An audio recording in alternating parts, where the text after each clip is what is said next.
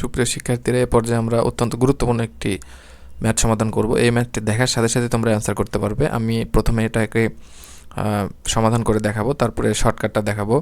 তো এখানে বলছে 2x মাইনাস 1/3x, এটা ইকুয়াল টু 5 হলে 3x মাইনাস 1/2x এর মান কত? অর্থাৎ এখানে ছিল 2, এখানে ছিল 3, আবার উল্টে গেছে, দেখো এখানে 3 এখানে 2, অর্থাৎ ম্যাথটা রিভার্স হয়ে গেছে, উল্টে গেছে। যেখানে 3 থাকার কথা সেখানে 2, যেখানে 2 থাকার কথা সেখানে হলো 3। তো এই জাতীয় ম্যাথে আমাদের যেটা দেওয়া আছে সেটা প্রথমে আমরা যদি দেখি, এটা দেওয়া আছে। তো এটার সাথে আমরা জাস্ট গুণ করব, দেখব যে আসলে আমাদের চাচ্ছে কি। এই যে এখানে চাচ্ছে কি, এখানে চাচ্ছে হলো এখানে 3 লাগবে আর এখানে লাগবে 2।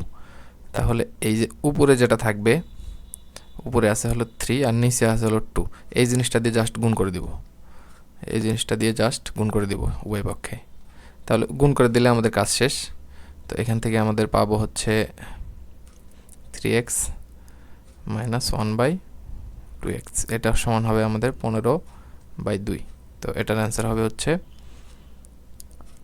15/2।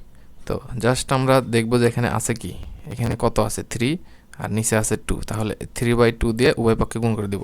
সে আমাদের এখানে একটা ম্যাথ দেওয়া আছে 5x মাইনাস 1/2x, এটা ইকুয়াল টু যদি 10 হয়, তাহলে আমাদের সে কথার কথা এখানে বললো 2x মাইনাস 1/5x। দেখো এখানে জাস্ট উল্টে যাচ্ছে, এখানে আছে 2, এখানে আছে 5, এখানে আছে 2, আমাদের চাচ্ছে হলো 2/5। তো এটা সমান কত হবে যদি আমাদের বলে? আমরা জাস্ট চোখ বন্ধ করে এখানে 10 লিখব আর এখানে আমরা দেখব উপরে কি আছে, উপরে আছে 2, যেটা আর বের করতে বলছে সেটার উপরে আছে 2, নিচে আছে 5, এটা দিয়ে গুণ করে দিব। তাহলে এটাই হবে অ্যান্সার। তাহলে এটা এখান থেকে আমরা পাবো 4। তো এই ম্যাথটার ক্ষেত্রে আমাদের অ্যান্সার কি হবে? এখানে হবে 5 আর আমাদের চাচ্ছে কি, উপরে হলো 3, নিচে হলো 2, এটা দিয়ে গুণ করে দিব 3/2, তাহলে 15/2।